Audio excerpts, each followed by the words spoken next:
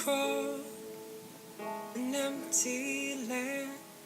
I know the pathway like the back of my hand. I felt the earth beneath my feet. Sat by the river and it made me complete. Oh, simple thing, where have you gone? I'm getting old and I need something to rely on. So tell me when you're gonna let me in. I'm getting tired and I need somewhere to begin. I came across a fallen tree. I felt the In this modern world, no one can go a day without seeing, touching, or using plastics. We throw away over 22 billion plastic bottles each year. 77% of Americans claim that they recycle, but only 10% of all recycled waste actually gets recycled. The other 90% goes down rivers and into our oceans.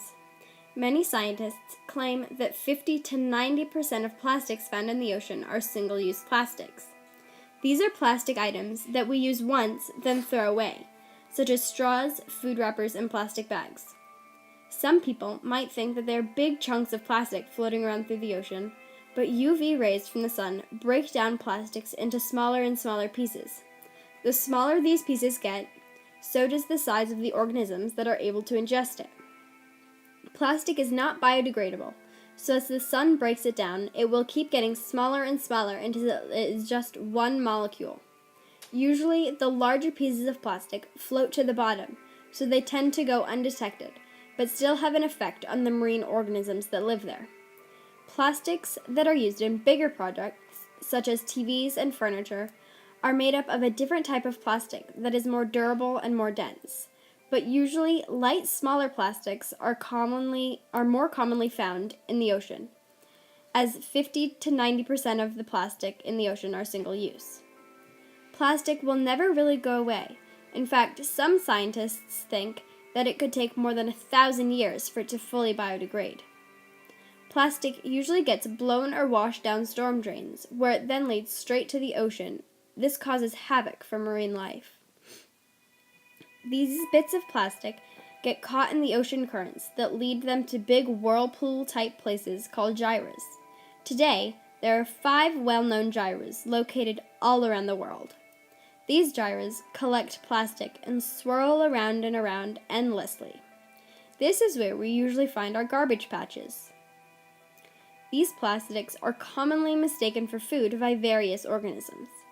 Plastic bags look like jellyfish to sea turtles, and bits of plastic are mistaken for fish eggs and are eaten by seabirds. Carnivorous species also eat other species who have ingested plastic. This causes a buildup of plastic in those animals as well. Secondly, plastic can carry hitchhikers. Plastics look like a humble abode for travelers looking for a place to settle. Unfortunately, this can be a problem for their new neighborhood they're moving into. These organisms can become very problematic and invasive. Plastic also absorbs harmful toxins that can be very harmful to organisms, especially once ingested. Chemicals, such as DDT and other pesticides, are deadly to fish and marine animals. In some cases, these chemicals cause reproductive failure in shellfish, fish, and any marine organism. One in 3 leatherback sea turtles are found to have plastics in their stomach. Most commonly, plastic bags, said Laura Beans from EcoWatch. The chemicals in these bags cause excess estrogen, and out of 370 turtles being autopsied, a number of the male turtles have been found to have female sex organs. Once eaten or entangled, plastics can be fatal to marine life. If plastics stay in their stomach, they are direct negative impacts, including irritation or damage to the digestive system, blockage in the stomach, and it can cause mammals or fish to feel full and die of malnutrition and/or starvation. Plastics can also prevent animals from absorbing vital nutrients. Birds, fish, or mammals can also choke on plastics. Entanglement can cause serious injury to the victim and cause infection as well. More fatal occurrences include drowning, suffocation, and can cause vulnerability to predators. Plastic is inflicting great harm to marine life and is hurting populations of all species. To help your environment with this plastic epidemic, you could try these easy solutions for using less plastic. Use or make your own reusable shopping bags.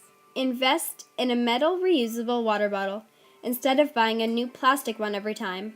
Or you could cut out plastic caps and straws altogether at restaurants. Together, we might not get rid of all the plastic in our oceans, but at least we might stop more from entering them.